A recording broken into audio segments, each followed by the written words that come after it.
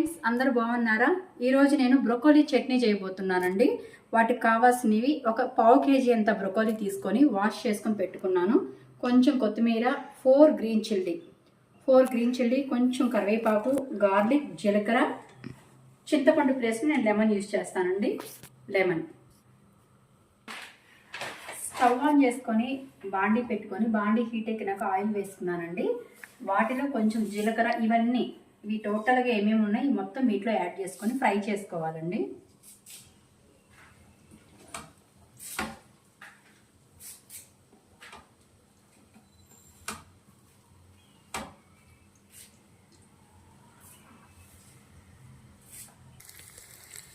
అన్నీ ఇలా యాడ్ చేసుకొని పచ్చి వాసన పోయేంత వరకు కొంచెం ఫ్రై చేసుకోవాలండి. బాగా ఫ్రై అయిపోయినాయండి. గ్యాస్ స్టవ్ ఆఫ్ చేసేసుకున్నాను. చల్లారిన తర్వాత మిక్సీకి వేసుకోవాలండి. చల్లారిపోయిందండి, మిక్సీకి వేసుకున్నాను. వీటిలో కొంచెం గార్లిక్, కొంచెం లెమన్, కొంచెం సాల్ట్ కూడా వేసుకుంటున్నానండి. లెమన్ కొంచెం ఎక్కువ వేస్తే బాగుంటుందండి. కొంచెం హాఫ్ లెమన్ వేసుకుంటూ ఉన్నాను.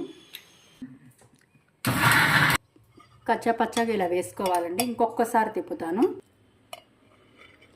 ఇలా వేసుకున్నానండి. బ్రోకోలీ చట్నీకి పోపు పెట్టుకుంటున్నానండి. పోపు కావాల్సినవి అన్నీ మీకు తెలుసు ఆల్రెడీ.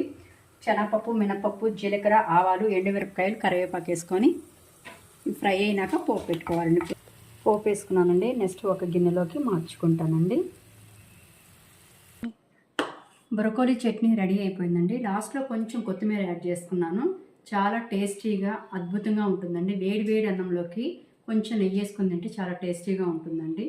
నేనైతే ఇలా చేస్తూ ఉంటానండి. మీకు నేను చేసిన ప్రాసెస్ నచ్చితే లైక్, షేర్, సబ్స్క్రైబ్, కామెంట్.